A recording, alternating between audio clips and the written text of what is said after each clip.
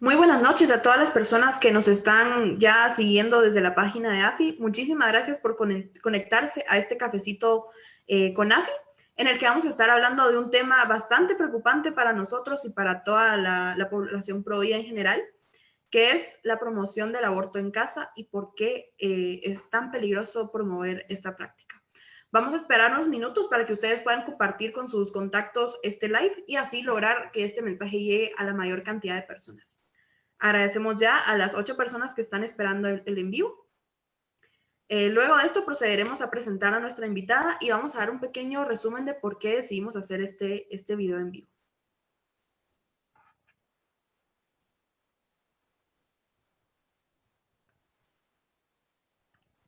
Para quienes se conectan por primera vez, mi nombre es Elena Gaitán, yo soy directora de comunicación de la asociación La Familia Importa. Y como en todas las ocasiones, los invito a estar preparados con su libreta para apuntar puntos importantes y también estar pendientes de sus preguntas y comentarios porque vamos a estar respondiéndolas en vivo al final de este en vivo. Así que pueden dejarlos en la sección de comentarios para que nuestra invitada de hoy pueda responderlos y resolver todas sus dudas.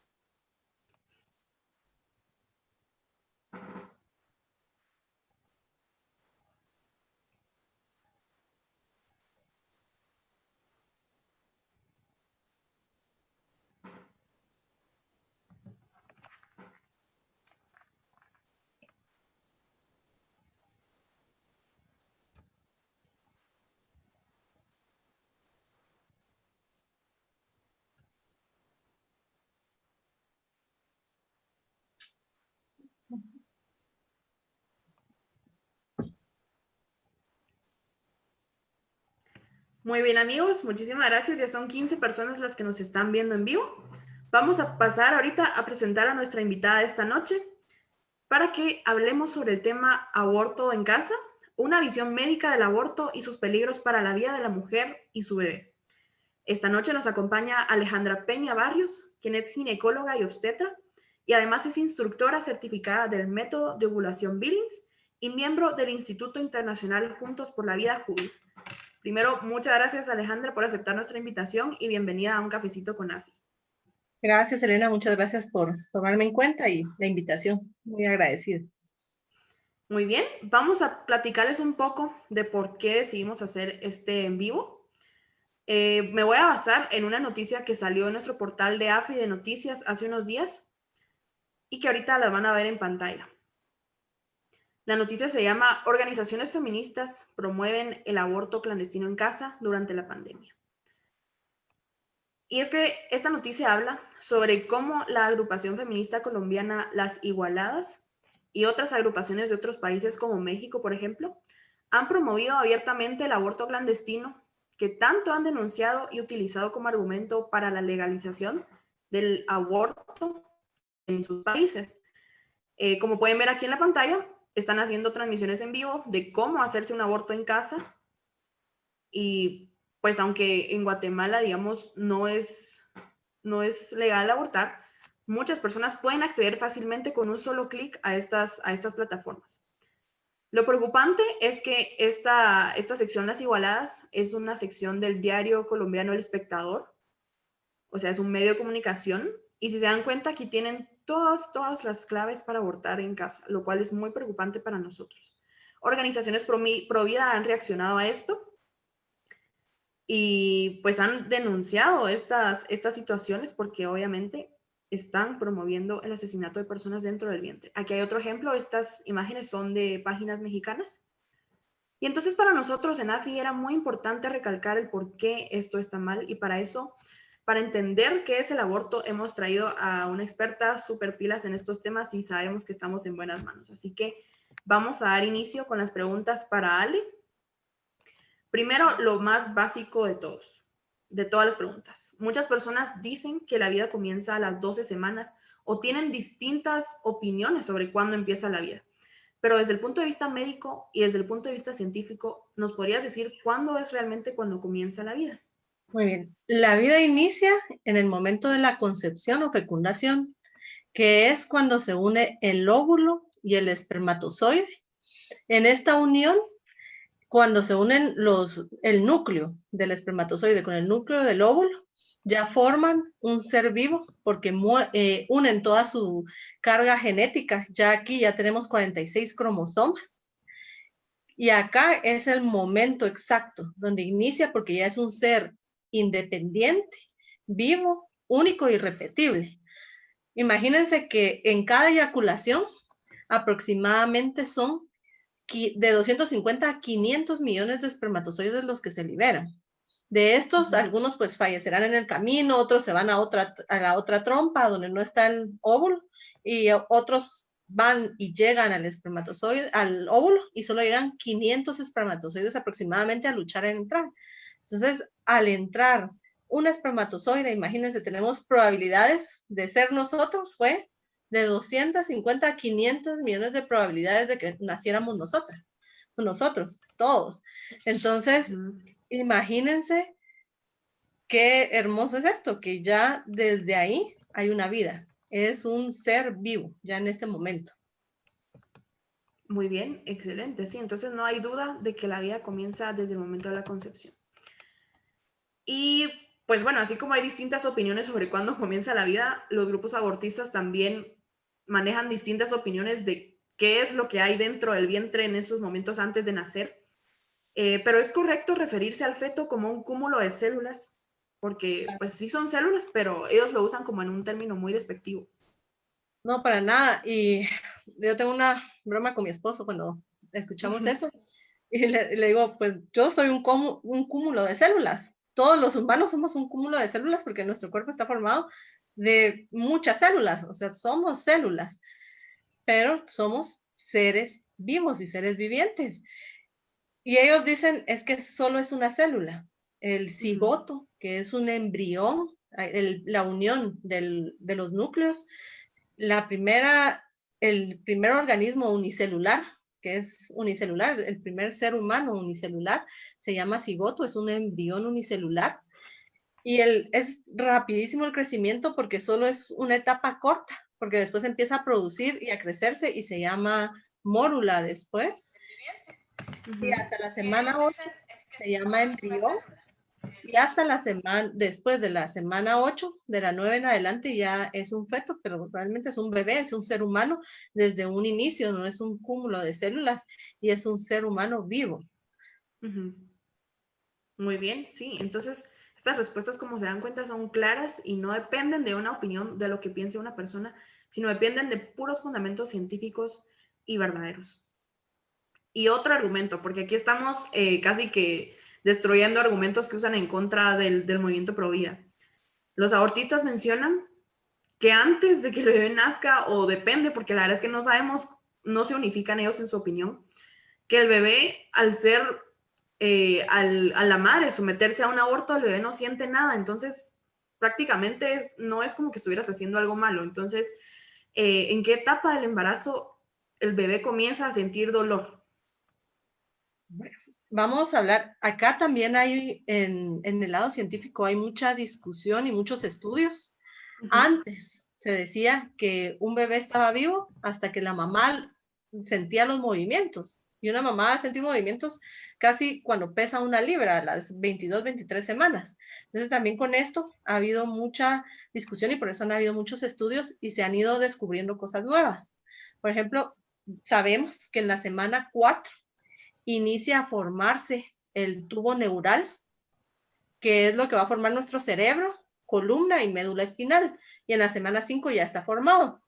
En la semana 6 ya hay reflejos, se ven como pequeños brincos cuando el bebé se mueve, es porque ya, digamos, las terminaciones nerviosas están tratando de empezar a funcionar bien, entonces el bebé se mueve como en pequeños brincos que podemos ver en los ultrasonidos. En la semana 7 el cerebro ya empieza a formarse y alrededor de nuestro cuerpo se empiezan a formar las vías del dolor. O sea, el bebé ya reacciona a estrés y a dolor. Ya las neuronas en sí, las sinapsis que se empiezan a unir, que se empiezan a formar, esas en la semana 11. Y en la semana 16 a 17, él sí ya procesa exactamente, decir, dolor, esto es dolor. Antes sí lo siente, pero solo es como un reflejo al cual reacciona. Entonces podemos decir que un bebé Si ya desde la semana 4 está formando su tubo neural y ya empieza a tener brinquitos y reflejos, desde ahí se puede decir. Y hay videos donde se han tomado, digamos, haciendo un ultrasonido y haciendo un aborto, donde están tratando de atrapar al bebé y el bebé se mueve, huye. Sí. Y se mueve y reacciona cuando le están quitando las partes de su cuerpo. Ahí ya sabemos que está sintiendo dolor. Tal vez él no pueda gritar y decir, ay, me duele, pero él ya lo está sintiendo. Como les digo, hay muchos estudios y se sigue estudiando esto y por eso es que se descubrió que en la semana 6 ya hay espasmos y hay brinquitos. Entonces podemos decir que es desde muy temprano. Solo les voy a poner otro ejemplo que hay. Ok. Por ejemplo, decían que el bebé no tiene latidos del corazón hasta que ya es más grande o hasta que lo podemos escuchar en un ultrasonido. No es cierto. El corazoncito desde el día 18 empieza a haber pequeñas contracciones del músculo. Claro, no está en sí formado un corazoncito, pero ya hay pequeñas contracciones. Y en el día 24 de vida ya hay latidos primitivos que tal vez no los vamos a escuchar con un ultrasonido porque todavía no podemos ver bebés chiquitito, más pequeño que una semilla de amapola. Entonces, esto se ha logrado ver con microscopios especiales haciendo endoscopías, donde ya se dieron cuenta que desde el día 24 ya hay más contracciones y en la semana 6 es cierto, ya son más coordinados, ya se pueden escuchar mejor y todo, a través de un ultrasonido ya se pueden escuchar, pero a veces desde la semana 5 ya los escuchamos en ultrasonido. Entonces, imagínense, esto también es para quitar eso que dicen, no, es que es hasta que el corazoncito late y es hasta 5 o 6 semanas. No es cierto, desde el día 18 ya está, y antes no estaba porque todavía estábamos en etapa de mórula, llegando a implantarnos, pero ya estamos desde antes. Ok, sí, y estos ejemplos que tú mencionabas, al menos el primero lo podemos ver claramente en la película Inesperado. De verdad se la recomendamos muchísimo para quienes no la han visto, en donde el bebé intenta huir de lo que le están realizando y es ahí donde ella se da cuenta que el bebé está vivo. Y justo en el tema del latido de corazón, es por eso que nos llama la atención que estas personas saben que es un ser vivo y por eso es que en muchos lugares se ha intentado que las madres que quieren abortar no escuchen las ecografías ni vean los ultrasonidos de sus hijos porque saben que esto los va a hacer recapacitar. Les voy a mostrar otra noticia que tenemos aquí en el sitio de AFI. Hace una noticia que fue bastante criticada por movimientos abortistas y feministas también, que era que el Parlamento de Eslovaquia había aprobado una ley que hacía que la ecografía con sonido fuera obligatoria antes de abortar. Y pues ya se imaginan el rechazo que recibió por parte de estos movimientos abortistas. Porque sí, el objetivo de la ley, como menciona acá, no es apelar a los sentimientos ni torturar a las mujeres, como mencionaban estos movimientos, sino que realmente las que quieran abortar sepan que existe vida y decidan libremente y consciente. Entonces, esas noticias las pueden ver en nuestro sitio de AFI para que puedan estar informados. Y bueno, continuamos ahora con las preguntas para Ale. Vamos a otra pregunta básica que todos nosotros tenemos que saber.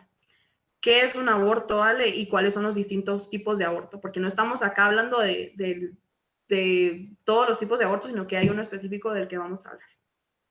¿Qué es un aborto? Es la finalización o terminación de un embarazo o gestación, donde cual el bebé va a fallecer. Es la muerte del feto, embrión en sus diferentes etapas y es extraído de la mujer. Acá también quiero hacer una aclaración porque, digamos, si vemos en los libros de medicina y vemos, digamos, en ginecología y en todo, el aborto se clasifica como un feto menor de 500 gramos, o sea, menor de 1 libra, o que sea menor de 22 semanas. O sea, referirnos a un aborto cuando ya es un bebé que pesa 1 libra o más de 23 semanas es incorrecto, porque ya es un mortinato o un óbito fetal, o sea, la muerte de un feto o de un bebé que ya puede ser viable, o sea, que puede vivir fuera de la madre. Se han visto ahora casos hay noticias donde hay bebés de 21 semanas que han sobrevivido. Entonces, esto también lo tenemos que cambiar porque decimos aborto y a veces nos referimos a bebés ya más grandes. Por ejemplo, si es un mortinato y si nosotros provocamos la muerte de este bebé, pues estaríamos hablando que es un asesinato dentro del vientre de la madre. Aparte, otra aclaración, la OMS define aborto como la interrupción del embarazo cuando el feto todavía no es viable fuera del vientre materno. Acá también me gusta aclarar esto porque esto no es una interrupción, no es algo que podamos venir y apachar pausa y lo vamos a dejar acá 1 año, 3 meses, 2 años, no, sino que acá estamos terminando algo. Entonces, esto también hay que quitar esta palabra donde se dice interrupción, porque no podemos volver a arrancar la vida y que vuelva y siga su proceso. Entonces, esto es bien importante, cambiar eso, interrupción por terminación. Y acá es donde muchas veces se dicen, es que la OMS dice interrupción, pero no, hay que aclarar que no es interrupción, es la terminación. Ahora, tipos. Hay muchos tipos y se clasifican de diferentes formas. De primero vamos a hablar del aborto espontáneo y del provocado. El espontáneo es cuando hay un embarazo que es deseado y esperado por la madre y lamentablemente sucede algún proceso, algún accidente o algo que viene y termina este embarazo y el bebé fallece de causas naturales dentro del vientre de la madre. Esto es un aborto espontáneo. Ahora, provocado es cuando se da un embarazo inesperado y la persona no, la mujer no quiere terminar con este embarazo y entonces por medios externos termina el embarazo y mata al bebé. Esto es provocado. Aparte está el legal o ilegal. Legal es cuando hay países pues, que ya legalizaron y lo están haciendo, y el ilegal es donde está prohibido. Acá en Guatemala es ilegal. Tenemos, aparte de eso, acá en Guatemala, el artículo 137, eso sí lo voy a leer, donde dice, no es punible si corre riesgo de la madre comprobado por 2 médicos y sin la intención de procurar la muerte del feto y después de agotados todos los medios, se puede realizar uno. Y realmente a mí no se me ocurre ninguna causa exacta donde haya peligro de muerte de la madre, donde se tenga que provocar un aborto y que 2 médicos lo certifiquen, va a ser rarísimo.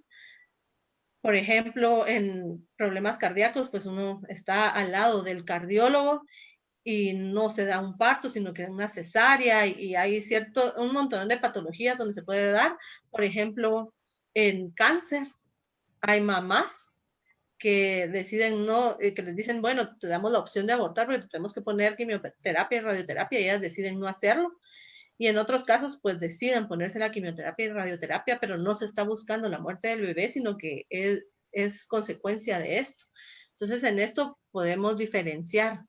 Por ejemplo, cuando es legal, en algunos lados, hay terminaciones del embarazo que son hasta las 39 semanas y 6 días o 40 semanas, y a veces por las cosas más ridículas. Una vez vi una noticia donde decía que en Australia habían matado a un bebé a las 39 semanas y 6 días porque le faltaba un dedito. O sea, solo iban a hacer con 4 dedos. Ay, Eso no es una causa justificable. Por ejemplo, en Islandia ya no hay bebés con síndrome de Down. ¿Por qué? Porque son abortados.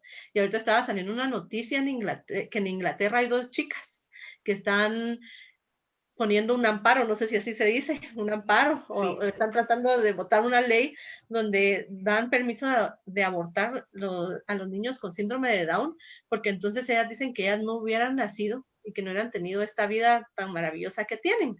Entonces, estos solo son pequeños ejemplos que puedo poner, y por ejemplo en China, donde también es legal, ahí podemos ver a cuántas mujeres mataron. Han matado a muchas niñas solo por saber que son niñas desde el vientre de su madre. Y hay una estadística donde dice que hay 30 millones aproximadamente más de hombres en China que de mujeres. Imagínense cuántos hombres no van a poder tener una familia o tener una pareja porque hay menos mujeres. Estos son algunos de los ejemplos.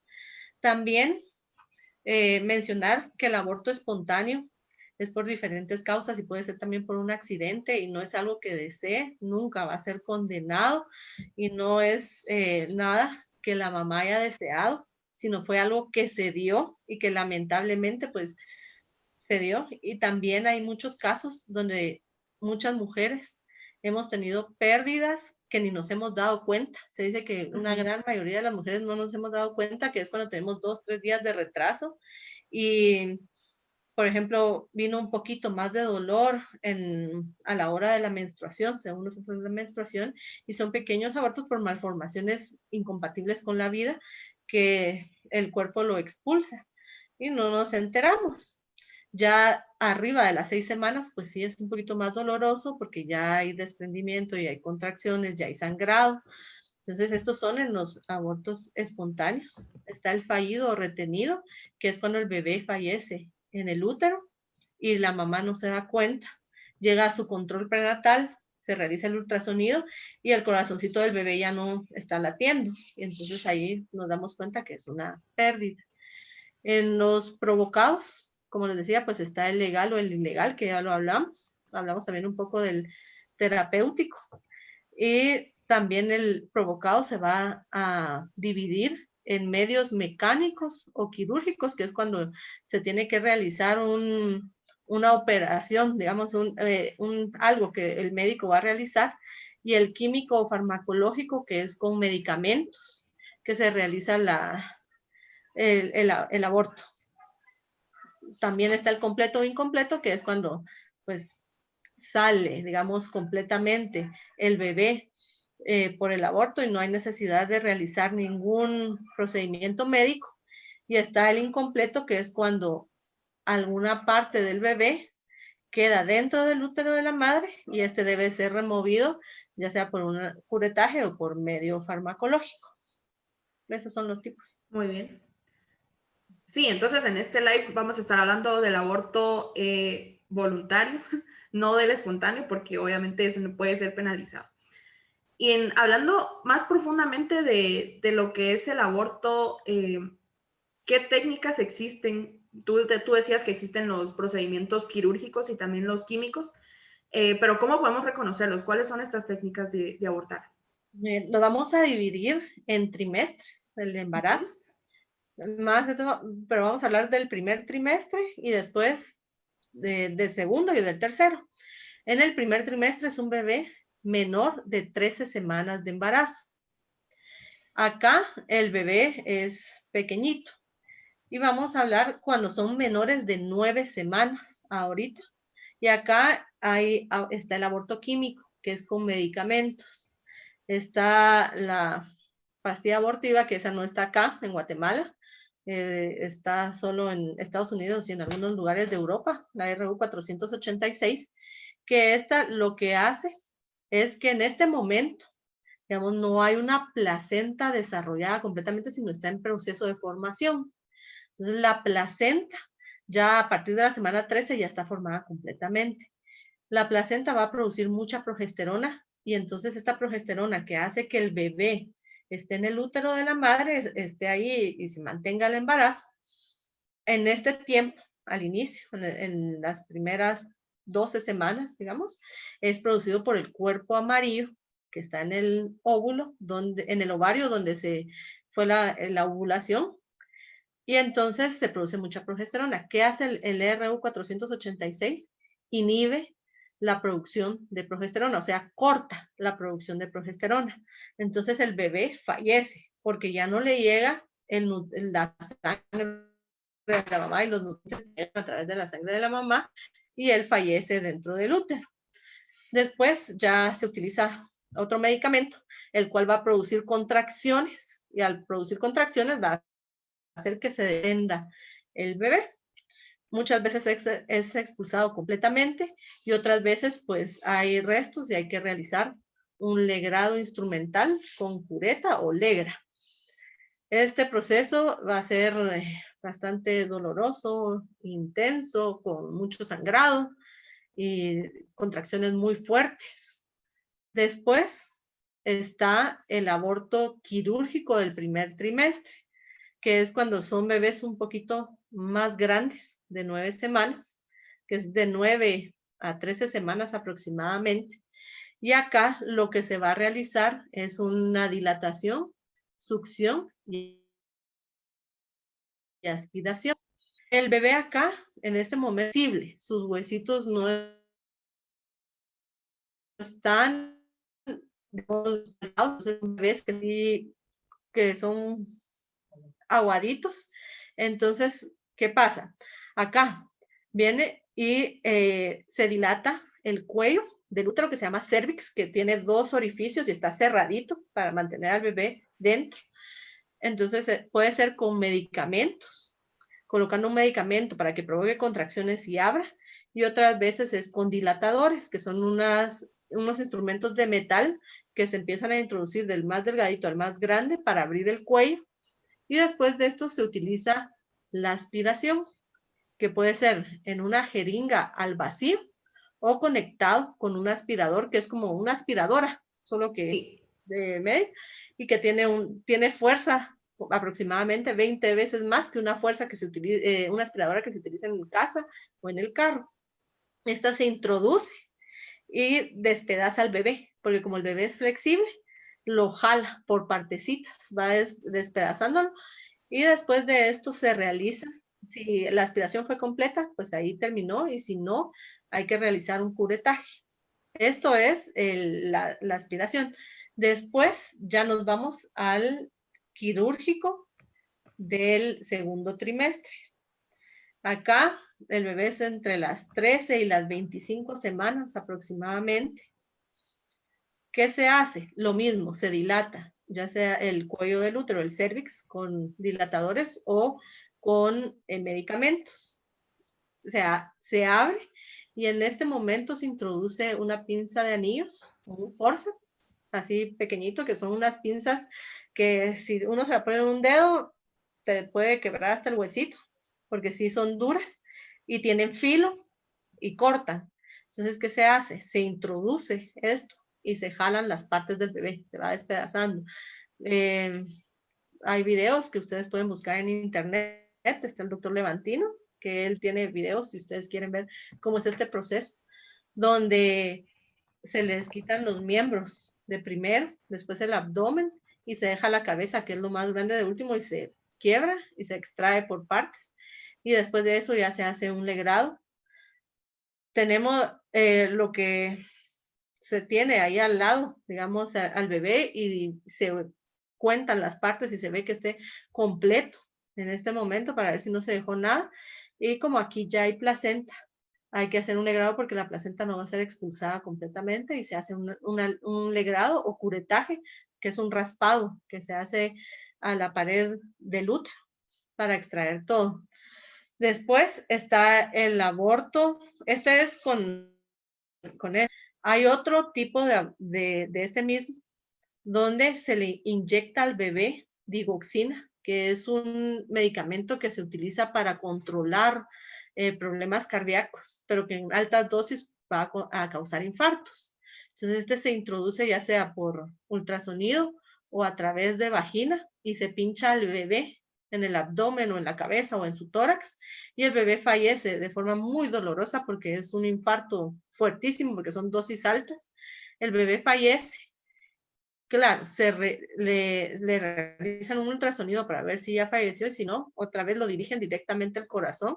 Este sí es un poquito más largo, dura 3 o 4 días. Se le da un medicamento para que empiece con contracciones y tenga su parto. Se envía a casa, tiene el parto, y después, si no ha logrado tener el parto completamente, ya se realiza lo mismo que les había explicado antes, de con el forceps despedazar al bebé y hacer la limpieza con la cureta o la legra. Después ya nos vamos al del tercer trimestre, que también se utiliza que les decía, de la dioxina, y también está el nacimiento parcial. ¿Cuál es el nacimiento parcial? Hacen que tenga dolores, se introducen la mano o una pinza especial, donde aquí los huesitos del bebé ya son duritos, ya están calcificados. entonces ya no se pueden despedazar. Entonces jalan las piernas hacia la vagina, dejan el cuello, la cabeza dentro de la vagina de la madre y con una tijera cortan el cuello y entonces el bebé fallece o los dejan ahí para que se asfixien porque no pueden respirar por las paredes de la vagina, que es como que les da poquita, entonces fallecen ahí y ya lo extraen cuando está muerto. Y está el de inyección por inyección salina. Le pinchan a la mamá y le inyectan solución salina, que son los sueros que se ponen. Se pone inyección salina en este momento. ¿Qué hace? Esto quema al bebé. Y como el bebé, cuando está en el útero, traga líquido amniótico y el líquido amniótico es lo que le ayuda a formar las cavidades de estómago, intestinos, y aparte de eso, es lo que está ayudando a formar sus pulmoncitos. Ellos están tragando y orinando, el líquido amniótico, tragan y orinan, es algo estéril. Entonces, ¿qué pasa? Si les ponen inyección salina, pues se van a quemar. Es matarlos quemándose. Entonces, ya después hacen que el bebé nazca. Hay bebés que han nacido vivos y los dejan ahí esperando a que fallezcan solitos. Hay una señora que habla en la ONU, no recuerdo ahorita el nombre, que ella cuenta que ella fue así, de las que salió quemada, y vino y una enfermera la oyó llorar y llorar por 2 horas, se conmovió, se la llevó a su casa, la adoptó, ella ya está casada y ella habla de lo terrible que es esto, sí, no puede hablar muy bien porque se quemaron sus cuerdas vocales, pero ella da discursos y sí tiene su piel, se nota quemadita. Esas son las formas de ya cuando son grandes y después están otros métodos que también son mencionados, que es la pastilla del día después y la colocación de un dispositivo intrauterino también como anticoncepción de emergencia. Esos son los diferentes tipos, o técnicas, perdón.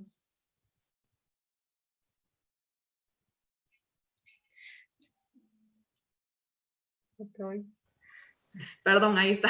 Y aquí en los comentarios les dejamos el link para que ustedes puedan ver los videos que mencionaba Alejandra del doctor Levantino. Y también, ahorita que mencionabas lo de los sobrevivientes de aborto, me acordé de un video muy famoso que también se lo vamos a dejar ahorita, que se llama Faces of Choice, que reúne a bastantes sobrevivientes de aborto y ellos dicen qué tipo de aborto sobrevivieron. Hay unos que sobrevivieron justamente el de solución salina, otros el de curetaje, entonces es muy interesante porque ellos mencionan que no son cosas, o sea, lo que están asesinando son personas y esos son los rostros de la llamada elección o derecho a decidir.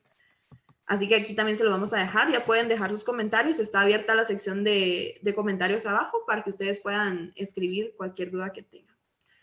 Bueno, luego que ya profundizamos en el tema del aborto, ¿existe, Alejandra, alguna circunstancia en que se acepta que una mujer pueda abortar? Ninguna. El provocado, ninguna. Uh-huh. No hay ninguna circunstancia porque estamos hablando que es un ser humano, un ser vivo. No es el eslogan que dicen, es mi cuerpo, yo hago lo que quiero con él. Sí. Pues yo era fiel creyente de ese eslogan por mucho tiempo. Y yo creía que era el cuerpo, Wow. era mi cuerpo y yo podía hacer lo que quisiera con él. Y no es cierto. No es tu cuerpo, es otro ser humano el que está dentro de ti. Es ya hablamos, cuando inicia la vida. Entonces estamos cometiendo un asesinato. Va a sonar feo y va a sonar duro y de plano van a decir que no, pero sí, estamos cometiendo un asesinato porque es un ser vivo el que está y es diferente. Porque si fuera mi cuerpo, pues serían mis ojos, mi boca, mi corazón. Y no, cuando estamos embarazadas, cuando se está embarazado, son 2 cabezas, 4 ojos, 2 corazones latiendo, 4 piernas, 4 brazos. Entonces es diferente al cuerpo de la madre. Entonces no hay justificación. Y muchas se justifican en violación. Y la violación tampoco es una justificación porque el ser vivo que está ahí no es el culpable de la violación. Hay que castigar al violador no al inocente. Ujú. Entonces, no encuentro justificación real para un aborto. Muy bien. Bueno, y ya que hablabas también de, de los tipos de aborto, ya vimos que son procedimientos muy dolorosos e invasivos. Y sabemos que también hay muchas consecuencias negativas de un aborto, pero ¿podrías mencionarnos algunas de cuáles son las principales consecuencias físicas, emocionales, hormonales y psicológicas que trae para una mujer el aborto? Vamos a hablar ahorita del proceso, en el proceso que se da el aborto. Bueno, hemorragia muy fuerte, Ujú. produciendo anemia y a veces muerte por shock hipovolémico, se llama eso, que es cuando se pierde mucha sangre, que no es compatible con la vida. Aparte, pueden haber lesiones en el útero, o sea, que se rompa el útero, tanto por las contracciones que son muy fuertes o lastimarlo a la hora de realizar un legrado. Y al haber una ruptura uterina, se puede lastimar vejiga, intestinos, otros órganos. También, si no es completo el aborto y es incompleto, puede provocarse una infección fuerte y esta infección causar una sepsis, que una sepsis es una infección generalizada en el organismo de la mamá. Aparte, que si hay sangrados muy fuertes, hay un síndrome que se llama síndrome de Sheehan, si lo pueden leer, que es que se infarta la hipófisis. La hipófisis es una glándula que tenemos más o menos acá y acá a la mitad, que es la que regula libera muchas hormonas hacia diferentes partes para regular funcionamientos y una de ellas es estimular al ovario para que podamos ovular.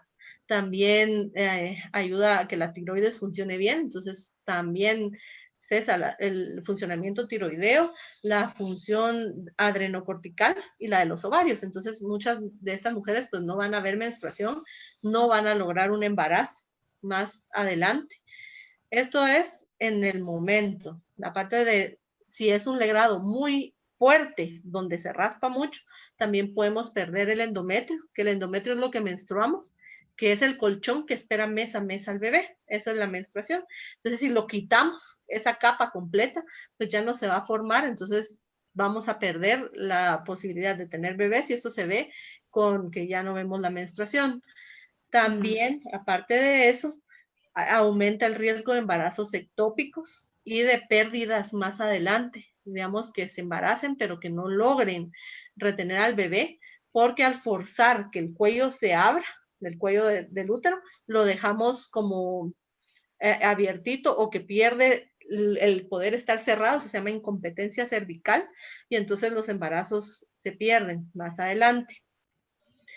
Desórdenes hormonales es por lo que les decía del síndrome de Sheehan o porque hubo algún desorden que se dio. Aparte, también físico, el aborto ha estado relacionado en muchos estudios con cáncer de mama. ¿Por qué? Porque Sí. las mamas se empiezan a preparar para tener un embarazo y al final como que se quedaron en el proceso y regresa. Entonces, esto, cuando se da mucho, puede provocar cáncer de mama. Aparte, después ya vienen las que están más adelante y a veces son las más duras, que son las emocionales y psicológicas. Hay secuelas posaborto, que se dice que es muy parecido al síndrome de estrés posaborto Ujú. y va relacionado a muchas cosas. Hay muchas mujeres que han tenido abortos y que realmente no se han dado cuenta de que lo que están sintiendo es parte de la secuela post-aborto. ¿Qué pasa? A veces empiezan en relaciones violentas, de codependencia, a veces hay promiscuidad o al contrario, disminuye el deseo sexual y se quieren alejar y no quieren tener ningún tipo de relación con ningún hombre. Algunas veces también hay muy baja autoestima y el baja autoestima también hace que muchas veces lastimemos nuestro cuerpo, ya sea comiendo de más y subiendo mucho de peso o al contrario, entrar en anorexia o bulimia. Esto lastimar, también hay mujeres que se cortan o se queman para lastimar porque no se sienten vivas, sienten que no hay un porqué. Aparte que hay mujeres que se ponen muy ansiosas o depresivas. También puede haber insomnio, pesadillas, o hay llantos, a veces solo se pone a llorar y no sabe uno cuál es la causa del llanto o cuál es la causa de la tristeza, sino que solo se está llorando. Puede haber hostilidad o alejarse de la Ujú. familia, de los amigos, por lo mismo de que uno se siente mal, con pesimismo, desesperación. Hay muchas cosas y siempre se va viendo.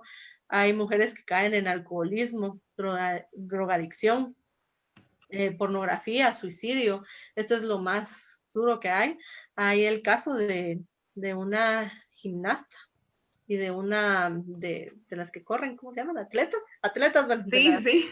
atletas, que ellas, por ir a las Olimpiadas, abortar, Ujú.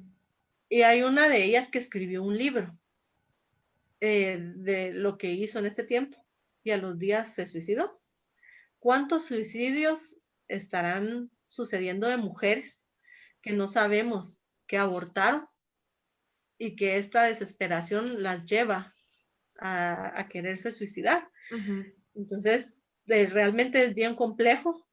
No hay así algo totalmente reconocido porque no hay un relajo ahí con los psicólogos y psiquiatras que no han querido reconocerlo, pero realmente muchas veces cuando uno habla con mujeres que han pasado por esto y cuando les dicen, miren, existe esto, las secuelas posaborto y son esto, y dicen, oh, y ahora ya sé por qué me siento así, Sí.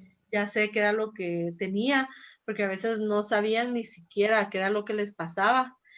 Y muchas de estas mujeres que lo hicieron por soledad o desesperación, cuando llegan a veces a contarte, te dicen, pues estoy arrepentida, eh, quisiera saber cómo es, oigo llorar a bebés, o veo un bebé y me recuerdo y me pongo a llorar, o tienen la añoranza de decir, bueno, hoy cumpliría tantos años, o en esta fecha más o menos estaría cumpliendo años, mi hijo tendría 20 años, mi hijo tendría 24 años, tendría 15, tendría 5, o sea, es algo bien duro. Esas son más o menos las que te puedo contar, pero realmente son un montón de secuelas. Sí, sí, sí, son muchísimas. Y bueno, yo sé que no estamos hablando de un aborto espontáneo, pero me entró la curiosidad. ¿Estas consecuencias, digamos, físicas también se viven cuando sucede un aborto espontáneo? Sí, sí. Obviamente con el sentimiento de culpa no es el mismo, ¿verdad? Pero, No, no es el mismo, ok, por ejemplo, pero sí pueden tener lo mismo, ansiedad, ok, tristeza. Hay personas que llegan hasta el divorcio porque como disminuye el deseo sexual, sí, y sí. aunque no sea el sentimiento de culpa de que ellas lo provocaron en sí, muchas de estas mujeres tienen la culpa y siempre preguntan qué hice mal, qué fue Ujú. lo que Lo hice sienten. Ujú. o por qué no me cuidé, entonces sí lo sienten. Y por ejemplo, es bueno hablar porque muchas veces dicen aborto seguro porque lo va a realizar un médico, Ujú. entonces no es cierto, no existe el aborto seguro porque no. Por ejemplo, para realizar un procedimiento de estos, yo tengo que llenar un, se me fue el nombre, un documento que es informado donde ellos tienen que venir y firmar de las posibles consecuencias y yo ponerle qué les puede pasar, Ujú. digamos, explicarles que puedo perforar su útero, que pueden sangrar mucho y necesitar una transfusión, que aparte de eso puedo lastimar, que puede tener más riesgo de abortos espontáneos después, que puede tener incompetencia cervical, que, como les digo, podemos provocar muchas cosas. Entonces, un consentimiento informado se llama el documento, Ok. tiene que firmar el consentimiento informado. Entonces, sí creo que la mujer debe de saber todo lo que le puede pasar. Entonces, si nosotros como médicos tenemos que hacer esto porque nos puede pasar a nosotros, esto es porque no es seguro, no es un procedimiento seguro, sino que puede tener muchas complicaciones al momento de hacerlo. Muy bien. Bueno, ya que estamos ahorita platicando con una persona que se ha enfrentado directamente con estos casos, en el caso de un médico profesional y que sí, pues sabe que tiene que velar por salvar las vidas, ¿qué es lo que tiene que hacer si se le presenta un caso de una mujer que quiere abortar? Aquí en Guatemala. Lo primero es darle un buen plan educacional, Ujú. porque muchas personas, como decimos, no saben qué es el procedimiento que se va a realizar, no saben cuándo inicia la vida, no saben que el bebé ya está vivo. Entonces es explicarles. Yo creo que lo primero que tenemos que hacer es informarlas de todo lo que va a suceder, de todas las posibles consecuencias y complicaciones que va a tener, tanto a corto plazo como a largo plazo. Y aparte tratar de ayudar y ver cuáles son las personas, su apoyo que tiene, aparte de referirla ya con toda la información a lugares que la ayuden. A ustedes estuvieron ahorita, acabaron una charla de Sí a la Vida, también está el proyecto Gabriel, que ayuda a estas mujeres, y hay muchas instituciones, muchos proyectos que están acá, es referirla para que tenga apoyo, porque muchas de estas mujeres lo que pasa es que no se sienten apoyadas, se sienten solas o desesperadas, y al tener esto, pues uno las ayuda. Y aparte de ayudarles, porque muchas veces lo que no tienen es dinero para comprar vitaminas o algo, entonces tratarles de dar, informarlas, más que todo es informarlas y tratar de citarlas. Yo las vuelvo a citar y tratar de verlas y estar dándoles un seguimiento y que ellas sientan que pueden platicar con alguien y que se van a sentir comprendidas. No es de enojarse, no es de regañarlas, nada, sino que al contrario, es de acogerlas y tratar de decirles todo, informarlas, porque muchas, como les digo, es porque no tienen toda la información. Sí, me llama la atención que tú también mencionas la importancia de la información, cosa que también mencionaban las invitadas de la semana pasada de Sí a la Vida, que no se trata de imponer o de obligar a alguien a no abortar, sino de enseñarle a las personas y que sean ellas las que tomen esa decisión, pues ya informada. Ellas mencionaban que la información es el verdadero empoderamiento de estas mujeres y con ese apoyo que tú mencionas, pues ya afortunadamente la mayoría se decide por la vida. Así que vamos con la última pregunta que tenemos para ti, Ale. Hablando un poco de lo que mencionamos al inicio de la transmisión, que es de estas organizaciones feministas y abortistas que están promoviendo el aborto desde casa, específicamente con medicamentos como el misoprostol. En este caso en Guatemala, pues no, digamos, no es legal realizarlo, pero estas son organizaciones de Colombia. ¿Cuál es el principal peligro y riesgo para la madre, para la mujer y obviamente para su bebé de abortar en casa, que ellas mencionen que es un procedimiento seguro? Pues no es nada seguro, van a tener hemorragias muy fuertes y dolor muy fuerte. Y al estar solas, pues si entran en shock hipovolémico pueden fallecer en la casa solas. Aparte, si fue un aborto incompleto, pueden tener unas infecciones muy fuertes donde haya que quitar su útero o que ya no puedan volver a tener bebés nunca por la infección tan fuerte, que tapen sus trompitas o que el útero quede muy mal. Aparte, que las dosis, según he visto, que les recomiendan son altísimas, entonces pueden provocar una ruptura uterina y eso, el útero sangra un montón, es de las cosas que están más vascularizadas, entonces sangra un montón y sangra rápido, entonces como les decía, pues entrar en un shock hipovolémico y morir. Entonces no es nada seguro estar en casa y peor si están solas, ni se enteran, las van a encontrar a los días muertas, desangradas. Sí, y otro problema es que yo vi en los comentarios de las publicaciones que había mujeres que sí lo estaban realizando, estaban siguiendo el tutorial y como en sus países no es legal, no podían ir a un hospital a decir, miren, aborté, porque tenían miedo de irse a la cárcel. Entonces, eso también demuestra que definitivamente no es un procedimiento seguro. Así que vamos ahora a leer unos comentarios, los invitamos a dejar sus preguntas, vamos a empezar leyendo algunos. Lizeth Solares, muchísimas gracias, nos dice excelente tema de formación, sigan adelante. Muchas gracias. Pamela Godoy nos dice, se llama Jana Jessen, la que usted menciona, de que sobrevivió el aborto. Muchas gracias. Jessie de Forkel dice, realmente es una verdad demasiado dura de escuchar. Por lo mismo, las agrupaciones abortistas no desean que las mujeres estén informadas. Si realmente les interesara el bienestar de la mujer, buscarían la manera de evitar estos traumas. Hablan incluso de que los providas somos más pro nacimiento, pero ellos no hacen algo diferente, por ejemplo, por la mujer por nacer, ya que son tan pro mujer. Para ellos es más fácil matar y decir que es mejor muerta que sufriendo. Es tan absurdo y salvaje. Gracias por este live. Muy cierto, muchísimas gracias, Jessie. Y ese es un argumento que incluso en los comentarios de esta publicación vimos, que era que nosotros éramos solamente pro nacimiento y que no hacíamos nada por las mujeres que ya nacieron. ¿Qué responderías tú a ese argumento, Ale? Me llama la atención. Pues no es cierto, porque Hay muchas instituciones donde están ayudando a la mujer. Están las adopciones en el Consejo Nacional de Adopciones. Aparte de eso, hay muchas instituciones que están educando a la mujer y dándoles, por ejemplo, están unas panaderías que están de mujeres que decidieron no abortar, que están en algunas iglesias donde les dan trabajo y les dan cómo hacer el pan. Y al contrario, yo creo que el empoderamiento de la mujer y la ayuda de la mujer se da más en las instituciones pro vida que en las que no son pro vida, porque ellos dicen, bueno, ustedes no hacen nada por los bebés, pero tampoco ellos hacen nada por los bebés, y al contrario, no se preocupan de la mujer porque solo quieren el aborto, pero no ven si la mujer está en situaciones de violencia, de abuso sexual, que no, en eso sí no le dan apoyo, y en cambio, pues los pro vida tenemos psicólogas, tenemos doctores, tenemos todo donde está la red, tal vez es porque no andamos diciendo, miren, nosotros hacemos esto y hacemos esto otro y tenemos estas instituciones y tenemos esto otro y ayudamos acá, porque la mano izquierda no se tiene que enterar lo que hizo la derecha. Y muchos de estos trabajos son de hormiga y abajo, como se hacen, porque también en este tema de decir, yo quiero abortar o yo quería abortar, da mucha pena, da vergüenza. Entonces son proyectos que son bajo de agua y se hablan todo muy privado con la persona.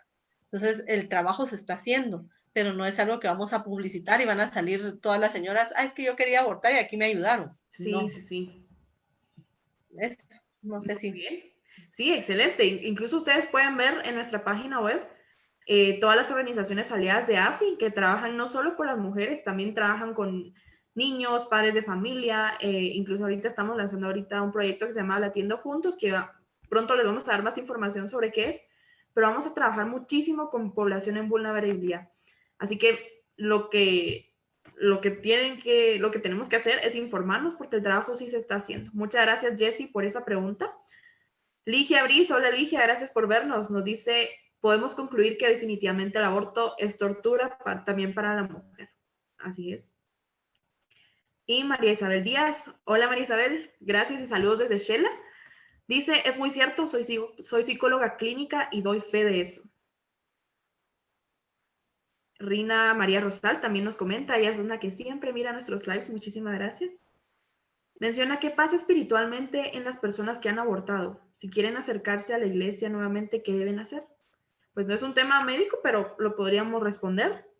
Incluso hay muchos casos de mujeres que han encontrado ese sentido en su vida al regresar en la iglesia. No sé qué opinas, al regresar a su iglesia, a vivir su fe. ¿Qué opinas tú, Ale, de este tema? Yo creo que sí, porque la iglesia las recibe con los brazos abiertos. No van a ser juzgadas, al contrario, encuentran mucho perdón.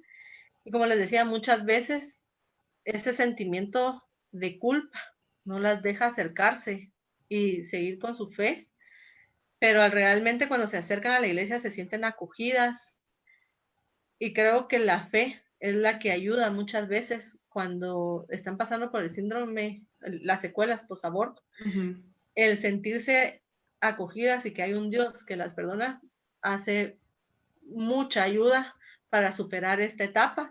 Por ejemplo, también en el sector de defensa de la vida se está promoviendo el proyecto Esperanza, Sí. donde es un retiro donde van y se les ayuda mucho a superar esto, estas secuelas. Entonces, sí, creo que la fe, porque espiritualmente, si uno tiene mucha culpa, tiene mucho mal, se siente mal y no está bien. Y es una lucha interna increíble hasta que uno encuentra estabilidad. Así es. Pues sí, como mencionaba Ale, estamos trabajando constantemente con Sí a la Vida. También está 40 días por la vida, que ayuda muchísimo a estas madres que se acercan de manera anónima a hablar con la encargada de este proyecto. Está Proyecto Gabriel, que se encarga directamente a trabajar con madres con embarazos en vulnerabilidad. Y el Proyecto Esperanza también es muy importante porque trata con mujeres que están sufriendo esas consecuencias. Bueno, vamos a terminar con una última pregunta porque el tiempo se fue volando. Esta es de Diego Roberto Orantes. Pregunta, ¿qué pasa con un embarazo ectópico? ¿Nos podrías explicar qué es? Porque muchas personas tampoco lo tienen muy claro. Un embarazo ectópico es un embarazo que se da fuera del útero. Puede ser en el cuello del útero, o sea, en el cervix. Puede ser ya donde inician las trompas, en cualquier lado de la trompa, en los ovarios y fuera, digamos, en los intestinos, en la cavidad eh, abdominal. ¿Qué pasa con un embarazo ectópico? Pues sí, es algo que es incompatible con la vida. El bebé va a fallecer, se va a romper porque no está en el lugar donde va a crecer y al crecer más, pues va a fallecer el bebé. Hay diferentes formas de abordarlo. Aborto es terminar el embarazo y es matar al bebé queriendo, que es lo que se busca, matar al bebé. Por ejemplo, voy a poner el ejemplo de la Iglesia Católica. El embarazo ectópico no es considerado, si se realiza, digamos, si se da medicamento para matar al bebé, ahí sí no se puede realizar, pero un procedimiento. Pero si es que se rompió y se actúa quitando el embarazo porque este se rompió y la mamá está sangrando y peligra la vida de la madre, pues sí, se realiza el procedimiento. Y también en algunos casos, cuando no está roto, pero es inminente que se va a romper, lo que se hace es retirar la trompa completa o donde esté completamente sin procurar la muerte del bebé, sino que es una consecuencia de lo que sucedió. Sí. Eso les podría decir. Ok, sí, son situaciones bastante difíciles y casi que excepcionales. Así que muchísimas gracias, Ale. No sé, para terminar, me gustaría que nos dieras un mensaje, pero especialmente a los médicos, colegas que están viendo este live y que pueden verlo. ¿Qué mensaje les darías tú para que pues sigan trabajando por la vida y por tratar de salvar las dos vidas siempre? Pues que recordemos que estudiamos para salvar la vida, para proteger la vida y que un ser humano tenemos que recordar que se inició desde el momento de la concepción y que toda vida es valiosa, toda vida vale, todo ser humano es un gran regalo de Dios que está acá en esta tierra porque tuvo que nacer y era su destino nacer. Entonces debemos de protegerlo y no por dinero o por situaciones políticas o olvidarnos por ideologías que vamos a creer, olvidarnos por qué estudiamos medicina, porque la mayoría que estudiamos medicina entramos pensando en salvar vidas, no en destruirlas. Eso lo diría y que trabajen por la vida porque falta mucho para ayudar a estas mujeres y siempre hay que estar pendientes de ellas y brindarles apoyo. Y como les digo, no es regañarlas, no es juzgarlas, sino al contrario, que se sientan acogidas, se sientan comprendidas y puedan platicar con uno. Muy Eso. bien, muchísimas gracias, Ale. Entonces sí, hemos llegado al final de este live. Muchísimas gracias, de verdad ha sido un tema bastante enriquecedor para todos los que estábamos viendo. Muchísimas gracias a todas las personas que participaron y comentaron. Los invitamos a ver este live si no lo pudieron ver en vivo, a que lo puedan ver próximamente en nuestro canal de YouTube y compartirlo con todos sus contactos. Así que damos por finalizado el live. Estén pendientes de nuestras redes sociales porque se vienen unas grandes noticias que ustedes ni se imaginan. Y sí, muchísimas gracias, Ale. Muy buenas noches a todos y a ti, Ale, también. Gracias, Elena. Adiós, muchas gracias. Bien.